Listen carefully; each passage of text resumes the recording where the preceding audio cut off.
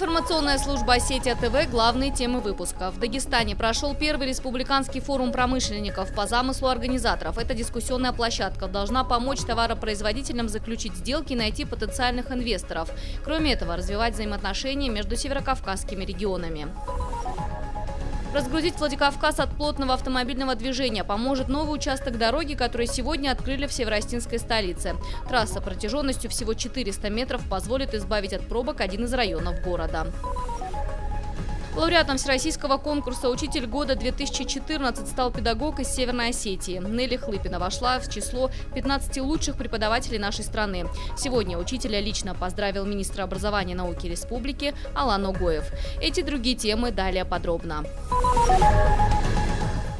В рамках Международной недели предпринимательства в Дагестане прошел форум. Он посвящен развитию промышленного и предпринимательского комплекса в России, в частности на Северном Кавказе. Такие площадки развернулись почти в 150 странах мира. В работе форума приняли участие более 1000 человек из разных субъектов страны. На дискуссионной площадке собрались представители федеральных властей, а также первые лица Дагестана. Заседание открыл глава республики Рамазан Абдуллатипов. Он подчеркнул, в регионе есть проблемы в области развития экономики, промышленности и сельского хозяйства. Он также сказал о необходимости привести банковскую систему в нормальное состояние, в частности, сделать кредитные ресурсы более доступными. Поддержка местных производителей товаров и услуг, а также содействие в решении вопросов продвижения и сбыта их продукции на уровне СКФО – основная цель форума.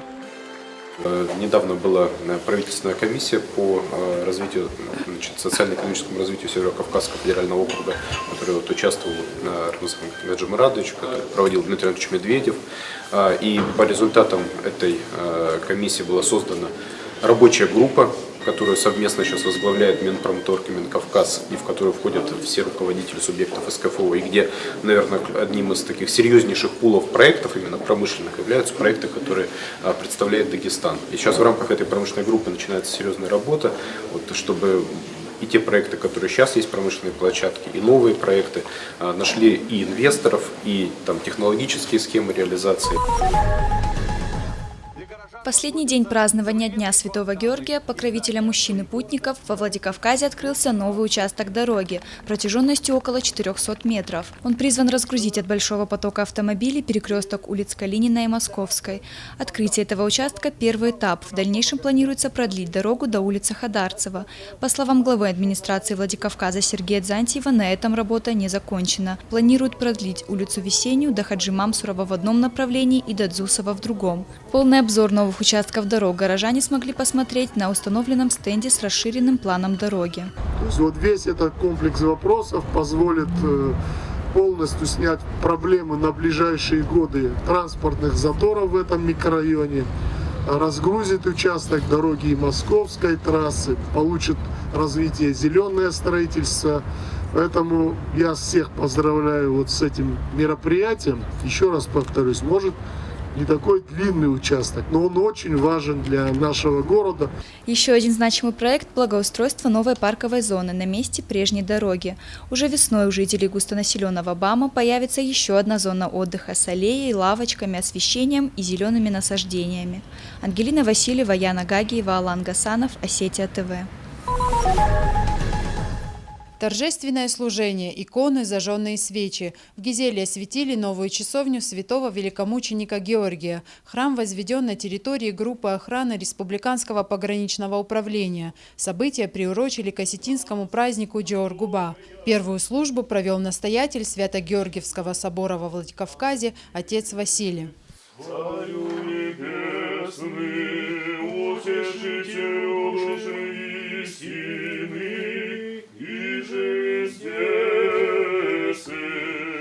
часовню построили 6 лет назад, однако открыть ее никак не получалось. Внутри все отсырело. Отремонтировать святилище удалось на пожертвования сотрудников пограничного управления Северной Осетии. Часовня была построена в честь святого Георгия Победоносца в память погибших воинов в зеленых фуражках, которые охраняли юг России, границу юга России.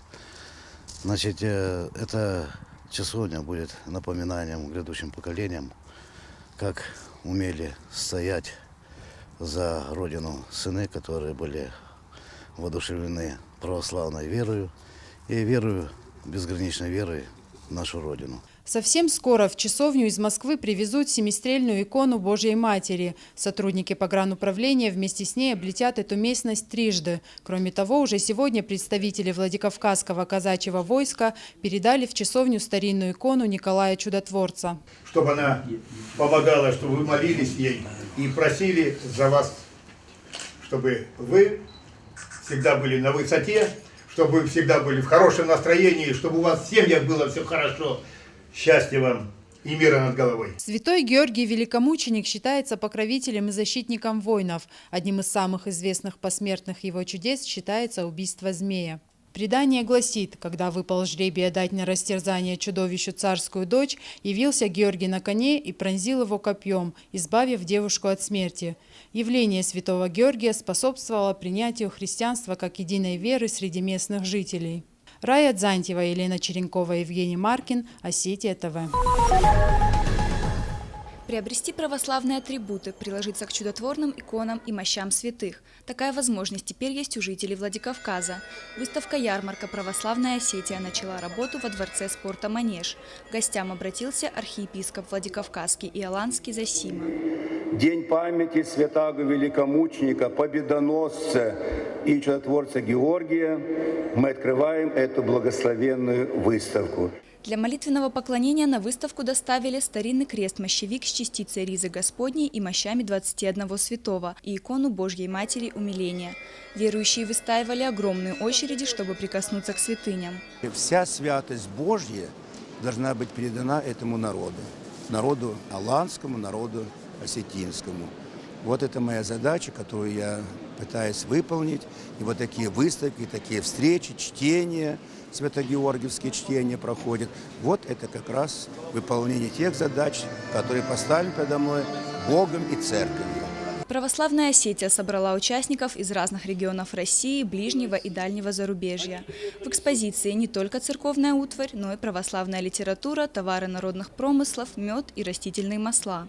Ваша осетинская земля встречает нас с большой любовью, с большой радостью, с большим умилением. Вы богаты своими людьми, потому что я полагаю, конечно же, что по вере христианская, душа христианская, она может быть только такой, с любовью, с радостью принимающей. Выставка-ярмарка будет работать до 30 ноября ежедневно с 10 утра до 6 часов вечера. Пришедшие смогут пообщаться с духовенством, побывать на презентациях книг, выступлениях творческих коллективов, а также посетить кинозал, где покажут художественные и документальные фильмы, в том числе работы известных журналистов. Ангелина Васильева, Яна Гагиева, Заур Цеов, Осетия ТВ. Нет больше счастья, чем заниматься любимым делом. Каждый день Неля Хлыпина приходит в родные стены гимназии «Интеллект». Всю себя она отдает своим ученикам. Усилия педагога не были напрасны. Став победителем республиканского конкурса, учительница отправилась в Москву для участия во всероссийском этапе «Учителя года 2014». 12 дней соперничества с 82 участниками со всех уголков России. В итоге Неля Хлыпина вошла в список 15 лауреатов. Когда я услышала свою фамилию, я была в растерянности. Я не могу сказать, что я испытала радость, потому что в первые минуты ее не было. Я сразу осознала, что меня ждет впереди. Прежде всего, конечно, конкурс – это самый лучший курс повышения квалификации. Это новые ответы на старые вопросы, могу так сказать. Лучших педагогов республики чествовали сегодня во Владикавказе. Учителей поздравил министр образования и науки Алан Угоев. Директор Института повышения квалификации Людмила Исакова стала заслуженным учителем Северной Осетии. Еще 6 педагогов республики получили звание «Учитель здоровья 2014». Сабина Лаборова, Яна Гагиева, Евгений Маркин, Осетия ТВ.